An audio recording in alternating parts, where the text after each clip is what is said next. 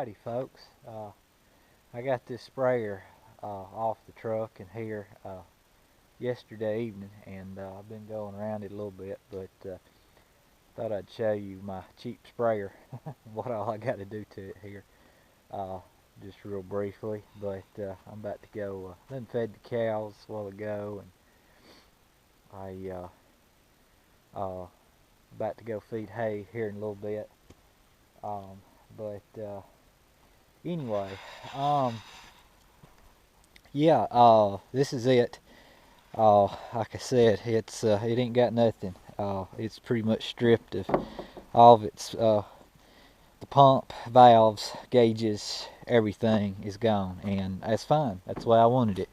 I'm going to replumb this thing and make it exactly like I want it. And you can see I got the booms out. These booms had water in these hoses yesterday. It was frozen, but we've got just warm enough today, just over freezing enough for, and the sunlight was out good this morning to thaw those out. So I pulled the booms off here, or out, and letting those nozzles drain out. I'm going to take an air hose in a minute and hook up to these and see if I can blow all that water out. But like I said, somebody left water in it, and it froze, and it busted a lot of stuff. Some of these hoses have been setting cramped so long, I'm gonna have to replace some of these. The boom is rusting already, so like I done mentioned, I'm gonna strip this boom completely apart. I'm probably gonna take it completely off. Take everything off of it, take it completely off, and because you can see there's a U-bolt that's rusted pretty good there, but the rest of them are good. I'll replace that. But I'm going to replace these nozzle bodies with diaphragm, no drip nozzle bodies. I'm going to replace these brackets with stainless steel brackets. And replace any hoses that need to be done. There was one hose that had rubbed and about had a hole through it somewhere. Here it is, right here. That hose right there is messed up, but I'll get some 1/2-inch hose and I'll fix all that up. But it's just a simple sprayer. Most of you have probably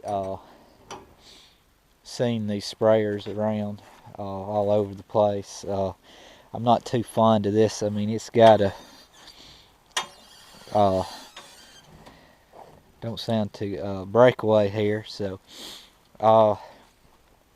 yeah, but it's just, like I said, simple sprayer, cheap boom, cheap everything really. But what I'm gonna do, I'm gonna make me a bracket to go right in here. This is kind of an agitation or overflow. It's actually got two. This pipe here, you can see this fitting was broke off. That still froze, still got ice in it. That goes up under the tank. There's an agitation nozzle kind of deal. Open, here we go. See down there, it's just starting to thaw out, but there in the bottom, that white pipe sticking up is kind of an agitation nozzle. So there's a screw over there. I got to get a magnet, see if I can get it out. And yeah, it's dirty in here. It's been sitting around. So yeah, everything that I need is here. Everything I didn't need is gone. And it's, you know, other than fixing a few things, it's what I need to make it like I want it. So right here, I'm gonna make a bracket. I'm gonna put a T-jet section, electric solenoid valves, section 3-section control unit here, a electric pressure regulator will also go here. I will have a couple of valves for this return and the agitation in the bottom, and then This is where you put your pump when you're not using it. But I'll have a hose coming out from the bottom of the tank feeding the pump, and a hose coming up here to the valve, selective control valve system. And then in the tractor I'll have a control unit with pressure gauge, pressure where I can rate change the pressure, and my section controls, which is what I used to have on the sprayer I had before, the Hardy. Although it had a little bit better boom system on it than this sprayer, but you know, this is I think about 28 foot, so I might get a 30-foot swath out of it, but we'll see. Down here I've done had this filter off. You can see there's ice that come out of it, but I took the bottom off of it here, but it's frozen. There's ice all in it, and I can't get that filter out. But this housing don't look to be busted. I can't really inspect this one too good, and I really don't want to. This one up here, I really don't want to take it off with it so cold right now. But this is probably all going to get replumbed and relocated because I don't like where it is down here. So I'm going to make that more accessible. So leave that on there loose. And there's that piece that's broke off. But yeah, I'm probably going to put a fill port on this thing somewhere.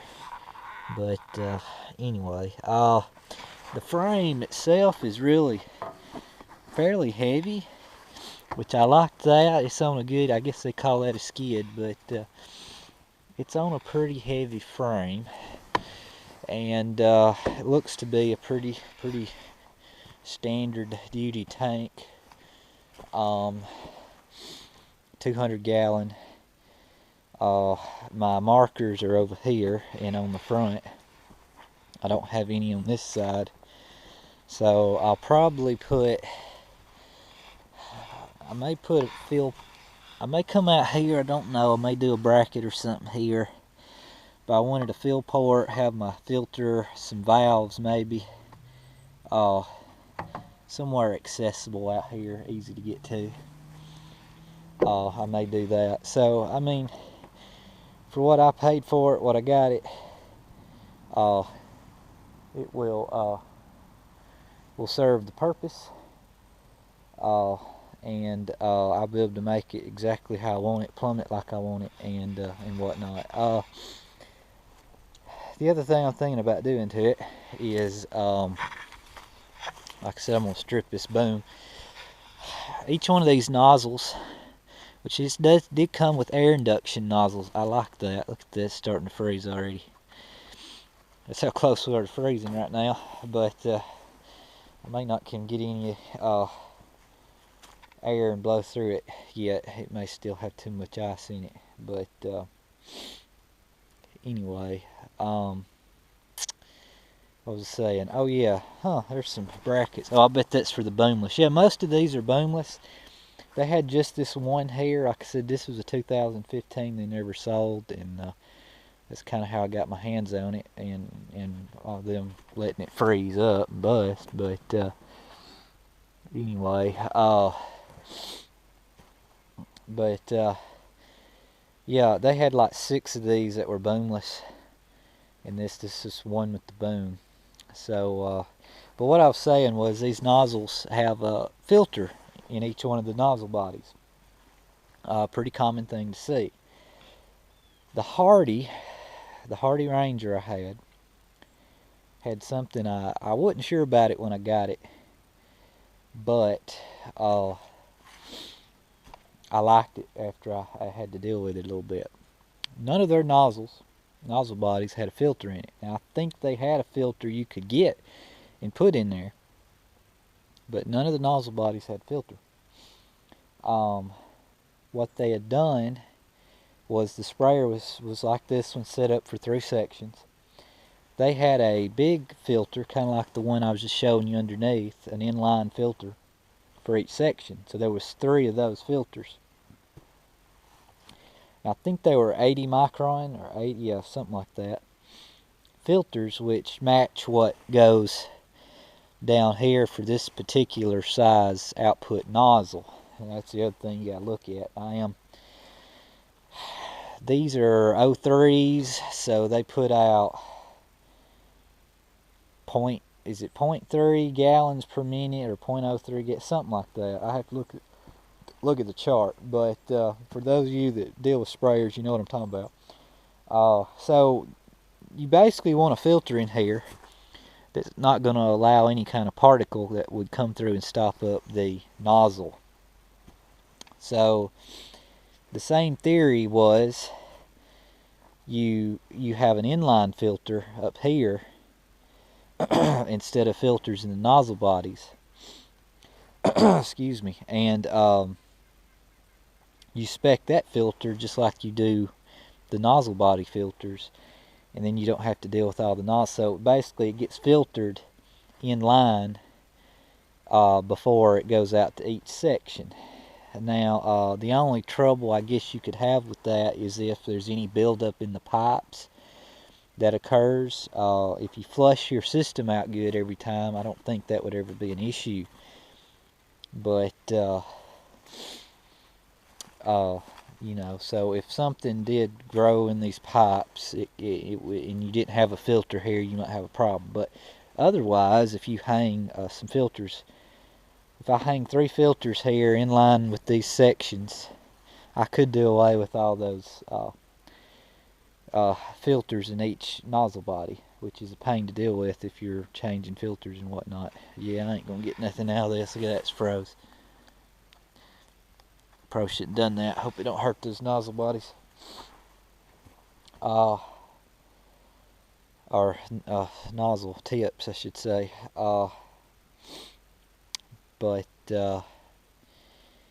anyway, so I'm thinking about possibly running these section hoses up here somewhere, maybe somewhere easy to get to that I could mount 3 filters, maybe right back here. This would be a good spot for them, and I can have filters there, which are a lot easier to clean than going through and cleaning every one of these little ones out. So I may do that. I think I can get those filter housings pretty cheap.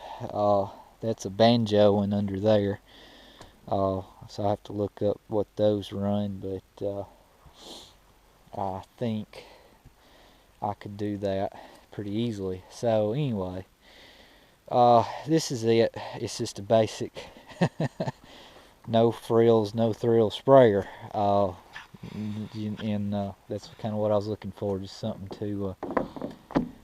to get me by, and would do what I need to do, and that is spray some liquid nitrogen and spray for weeds, and that's about it.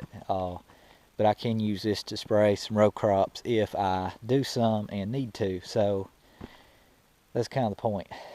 But anyway, I got hay to feed, and it's getting cold out here again. But yeah, so that's my project sprayer.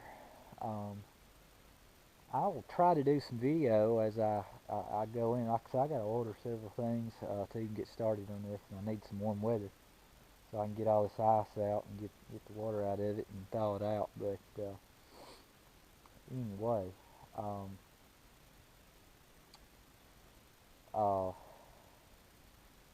as I work on it, I may do some video along the way and let y'all keep up with the progress of this project, and watch how I make this how I want it to be. But like I said, I gotta order some stuff first. I gotta get a pump. I gotta order a pump for it. I'm gonna get a Silver Series High Pro pump, most likely 8-roller pump, and put on it. Nothing. Well, that's one of the more expensive PTO pumps I guess you could get, or well, middle range maybe, that you can put liquid nitrogen out with. But anywho, I'm sure there's more expensive ones out there, but I don't want to throw a whole lot of money into it. But that was kind of the whole point, was to get a sprayer on the cheap, and that's kind of what I did. So I had found this one, and like I said, to get one like I wanted it, I would have to custom order it set up with the electric control valves and the pump I wanted and all that. And it takes time to do it, and it costs money. And you know, this one, all that was junk, so this was pretty much the sprayer I needed without the components that I wanted. So it was like, okay, well, I'll just buy this uh, and make it what my own and put the stuff I want to on it. So that's what's going to happen. And like I said, I'll salvage as much stuff off of it and reuse as I can, but I'll make a lot of improvements along the way too, hopefully. But anyway, I'm gonna go feed hay. Thanks for watching. See ya.